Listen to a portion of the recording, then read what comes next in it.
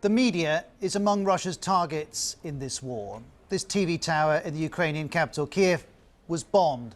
Evgeny Sakun was among those killed. He's the first journalist reported to have died in this conflict. And this war, and the information war that's come with it, are placing differing demands on the media in Ukraine, the West, and in Russia, where a further crackdown is happening. Some independent media, like Echo, Moskvy Radio, have been taken off air. And the state media watchdog is telling media covering the conflict they're obliged to use information and data received by them only from official Russian sources, which leads the Moscow correspondent of The Guardian to describe a de facto military censorship over its invasion of Ukraine, and that there's a ban on words like war, invasion or attack.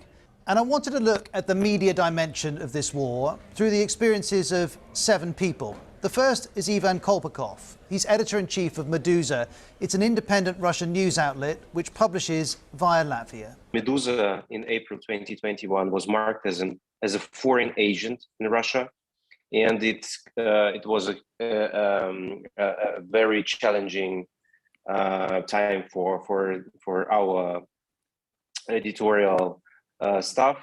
And a lot of other media outlets were also labeled as a foreign agents, but now they are just directly blocking the websites, and they are now using Roskomnadzor as a real censorship department of Russian state. I don't think that we have much time left, to be honest, in the country. I think that we're going to be blocked in a few days, maybe in a few hours.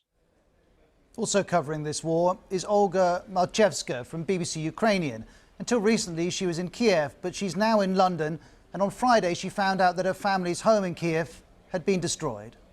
I went to the official sources, to other sources, to verify the pictures.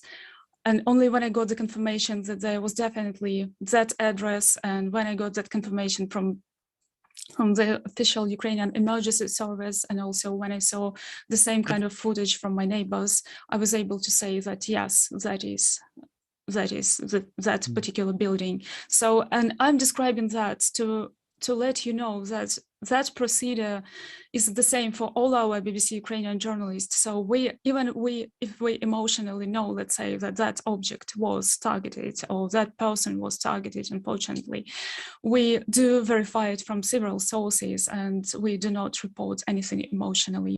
We've heard from a Ukrainian and a Russian journalist. Next, let's hear from Western journalists covering this conflict. For the media show on Radio 4, I asked Lindsay Hilsum of Channel 4 News to record her thoughts. This is what she sent from eastern Ukraine. I think that in any war zone, you can't tell the big picture when you're right in it. You can only know what you've seen and what people around you have told you. But I think it's tremendously important to put that into some kind of historical context. Because if you don't put it into a historical context, well, it's just meaningless, isn't it? It's just people being horrible to each other. It's just cruelty. And this conflict, as much as any other, it's about the history of it. What Russians have traditionally thought about Ukrainians, the position of Ukraine, Ukraine as a nation, all of that.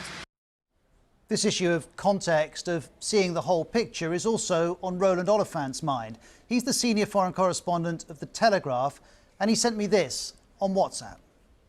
I always tell people that war reporting, in a way, is the easiest kinds of journalism, because in a way it's kind of effortless. All you've got to do, go somewhere, see what's happening, talk to people, write it down, bang, there's your story.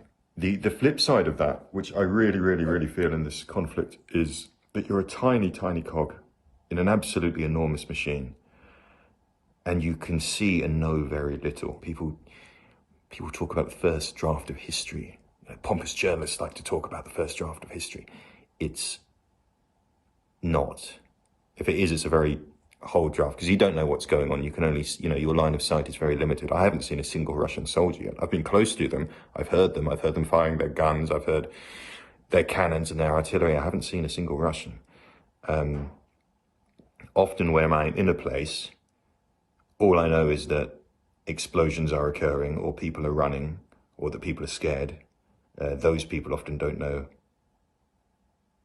any more than I know. Also in Ukraine is The Guardian's Luke Harding. Here he reflects on the challenges of reporting this war. the day the invasion started, I just went to Kiev's Independence Square and I did the most basic journalistic exercise. I did Voxbox. I talked to people about how they felt. Amazingly, there was a coffee bar which was open, and I talked to people who about their feelings and their expectations. And just on the logistics, it's true. I mean, half of your brain is dealing with trying to get the story out as accurately and as well and as compassionately as possible to tell human stories and I guess to bear witness to what's going on. But the other half is worrying, about security, about fixes, about roads in a constantly shifting position where Russia is advancing and a roadblock that was okay 2 hours ago may not be okay 2 hours later. So it's uniquely challenging, but I'm very glad I'm here. Luke Harding is in Lviv in the west. The BBC's Clyde Myrie is in Kiev at the moment. You may have seen his thoughts on the war being widely shared. None of us are forced to come here. It's part of our job. We all feel that we want to tell the story of this war and tell it accurately and fairly. And that is really important because there is so much, I was going to use the word crap, but I might as well. There is so much crap out there that is misinformation, propaganda, nonsense. And that challenge of sifting through what's true and what isn't is there for journalists, but it's there for all Russians and all Ukrainians too. And in Russia, TV remains a vital communication tool. Here's Ivan Kolpakov again. Since the Kremlin has controls 80 or 90% of the market, they can easily create a fake picture of reality. That's why so many people within Russia, unfortunately, I wouldn't say support, but I would say indifferent about what's going on in Ukraine. And we know that many Russians watch and believe what state TV reports. My colleague Steve Rosenberg visited one Moscow resident, Valentina. A lot of what they say on TV, it's truth. It's true. How do you know?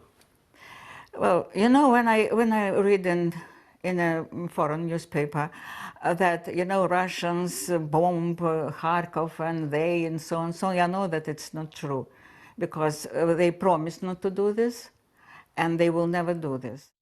And so we see both sides of this conflict communicating with their own people and with the world. And of course, for Russian and Ukrainian journalists, this is intensely personal, as I heard in this exchange on the media show, because Ivan Kolpakov wanted to make this point.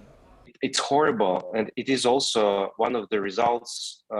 It is also one of the results of this, this situation with independent media.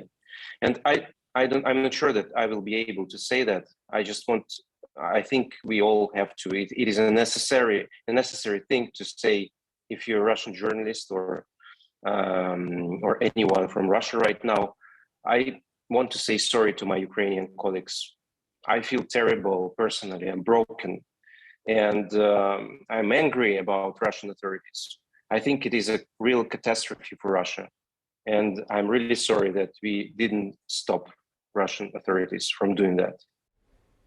To which Olga Malchevska from BBC Ukrainian offered this reply. Obviously sending lots of empathy to you, but obviously the biggest, lots of love goes to all the colleagues who are in Ukraine and all the people in Ukraine. And unfortunately, I must add that as far as we get in our reports from the ground, not all the Russian audience can go in line with what Ivan said. And that is something very heartbroken for us to hear.